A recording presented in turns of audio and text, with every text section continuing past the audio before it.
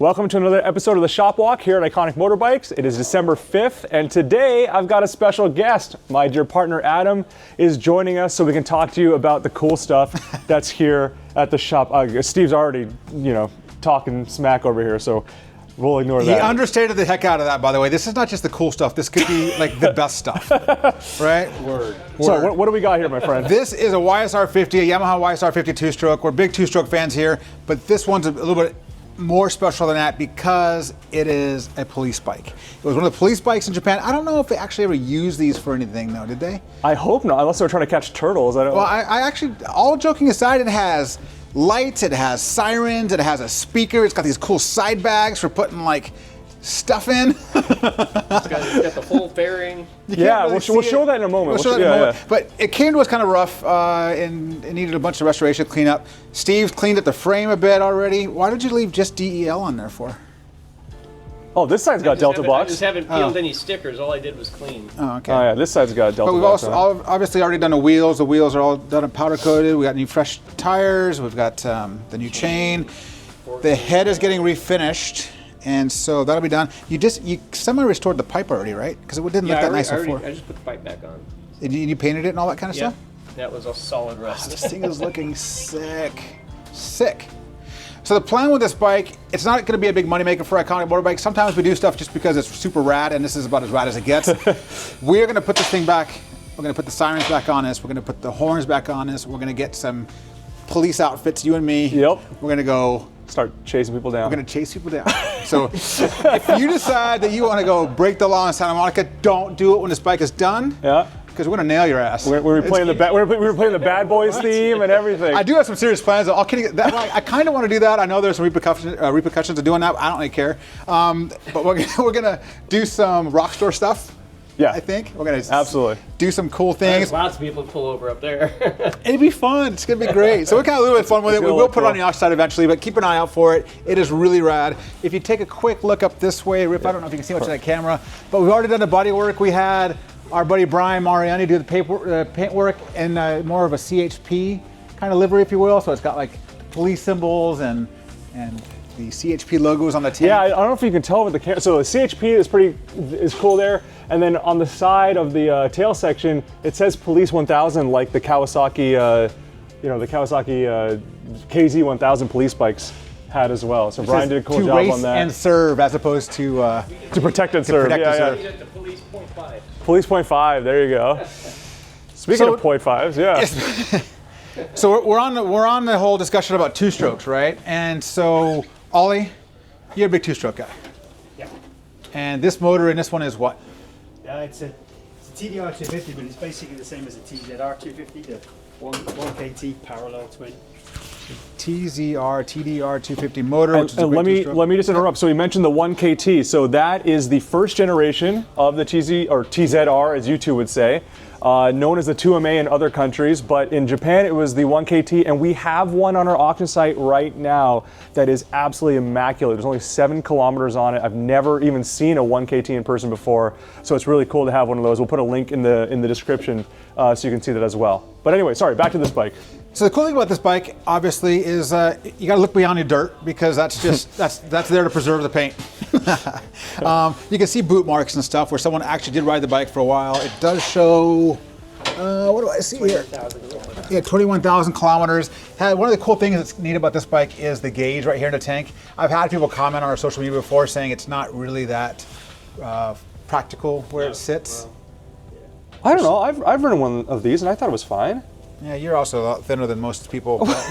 But anyway, so the cool. Who looks at the speedo? What's that? Who looks at the speedo? Yeah, I mean, ultimately, we've seen the other ones with like this before, and they're really corroded. The fork tubes or fork bottoms are nice and clean. The rubber on the fork protectors is nice and pliable. It's not bad. It's got potential. And it's really rare. We've sold a few of these, mostly in the black and yellow livery. One was the red and purple livery. This is the first one that I've seen. I call this the Barbie bike, but I haven't seen one with the pink, blue, and green. I don't know if you guys have. There's a guy that goes to the rock store with one in the same color. Every time. That's right. Yeah, it's like Miami Vice colors. And his is California plated, I think. And let me just tell you, if you're watching this video, if you're looking to pick up women, this will just get every one of them. Like, there is no doubt in my mind, every chick would go crazy over this bike. And this is also why you don't I'm going to show this video to his wife and see what he says. If I had what she this, says, yeah. Tia would have married me way earlier than what she did. So let's move on to some stuff you go. that Abhi is an expert on. And Oh, when it comes to old, heavy,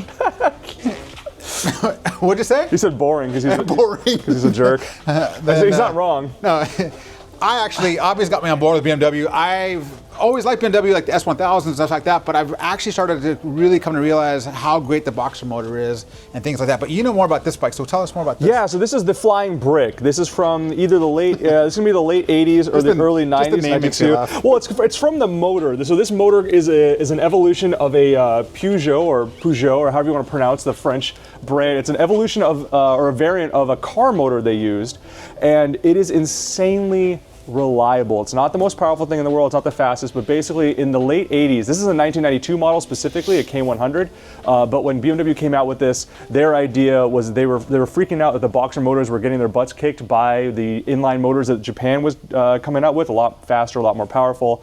So they went, okay, here's gonna be our version of it. Liquid cooled. This is one of the earliest bikes in motorcycle production with ABS. I had the smaller version of this. I had the K75, and it was the bike that taught me that motorcycles don't have to be just toys. You can go live you can go do touring on them. I did 1,000 miles in 24 hours on one. I did Canada to Mexico in 24 hours on one. So that the K75, it only made 50 something horsepower, but insanely reliable. I sold mine with 145,000 miles on mine, and some guy bought it from Lake Tahoe, took the train down. That was back when I still had a car, so I picked him up from Union Station. You had a car? I had a car for a brief moment in time. Okay. I picked him up from Union Station in the car, brought him back to my place, and he gave me cash for the bike, and then he rode it back up to Tahoe. These things, again, insanely reliable. This one's got 19,000 miles, so in my mind, that's just broken in.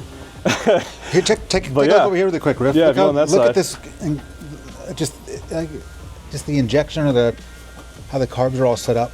It's fuel injected. It's fuel injected, I mean. Yeah, these are fuel injected. Look how crazy this looks up here. It's just really interesting.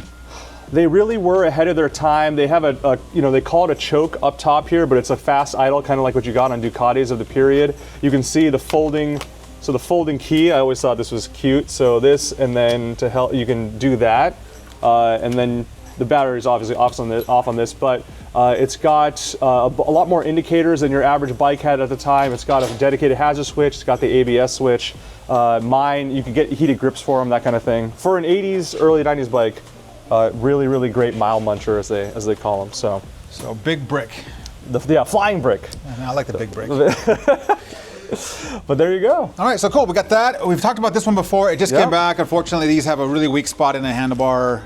The way the handlebar connects to the front wheel, and the new owner has an issue with it. So we're sorting that out, getting it all back together again. You want to talk about it a little bit, or have we talked about it before? We've talked about it before. I mean, if you guys have any questions about it, please let us know in the comments. This was a bike that was restored, but restored in a way that was unfortunately a little frustrating. Actually, if you can come on this side, sorry.